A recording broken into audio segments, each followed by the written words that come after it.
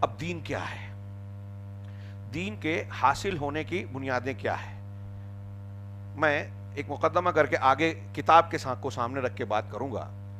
دین مجموعہ ہے عقائد کا اور اعمال کا، اصول کا اور فروع کا. عقائد اصول کہلاتے ہیں، جڑ، بنیاد.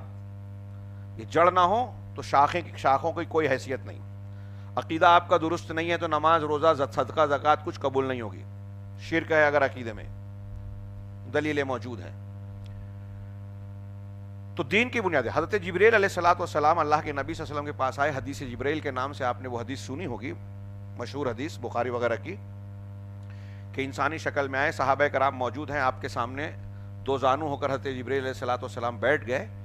اس وقت لوگوں کو پتہ نہیں تھا. حضرت عمر راوی ہیں، وہ کہتے ہیں کہ سفید کپڑے والا ایک شخص جس پر سفر کا بھی کوئی نشان اور علامت نظر نہیں آ رہی تھی.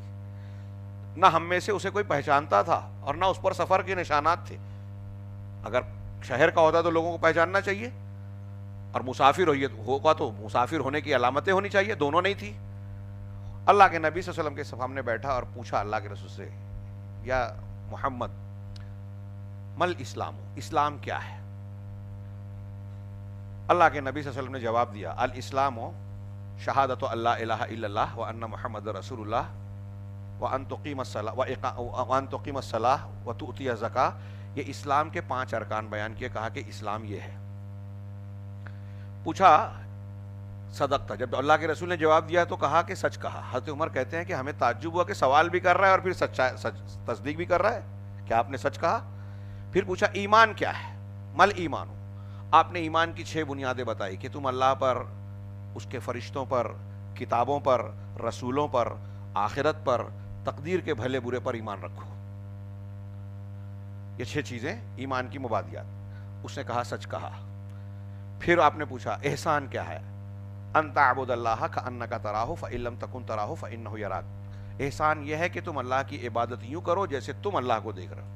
اگر ایسا نہیں تو کم سے کم یہ کہ اللہ تمہیں دیکھ رہا ہے. کہا قیامت کب واقع ہوگی؟ تو کہا کہ مل مسئول عنہا بأعلم من السائل.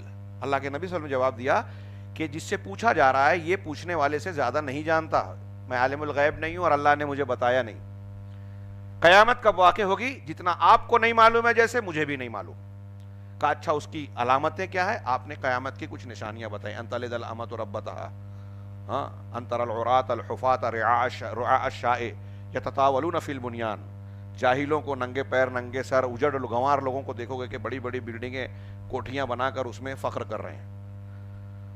لونڈی اپنے مالکہ کو جنم دے گی، جس کا ایک معنی یہ ہے کہ بیٹی اپنی ماں پر جو ہے حکم چلائے گی. کئی تشریحات میں سے ایک یہ ہے. یہ سارے سوال جواب ہو گئے. وہ اٹھ کر چلا گیا وہ شخص. کچھ دنوں بعد حضرت عمر سے اللہ کے رسول کی ملاقات ہوئی تو آپ نے پوچھا کہ عمر جانتے ہو یہ جو آنے والے تھے کون تھے؟ کہا اللہ اور اس کے رسول بہتر جانتے ہیں. تو اللہ کے نبی صلی اللہ علیہ وسلم نے فرمایا کہ انہو جبرائیل، یہ جبرائیل تھے. اتاکم لیعلمکم دینکم، تمہارے پاس اس لیے آئے تھے کہ تم کو تمہارا دین سکھائیں.